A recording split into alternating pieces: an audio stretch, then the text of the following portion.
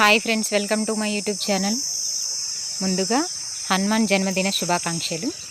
ఈరోజు మా ఊరి గుడిలో ఆంజనేయ స్వామి వారికి ఊరంతా కలిసి 1001 నీళ్ళతో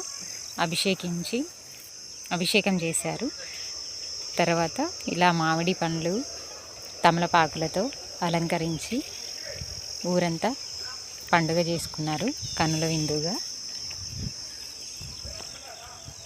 Please subscribe my channel.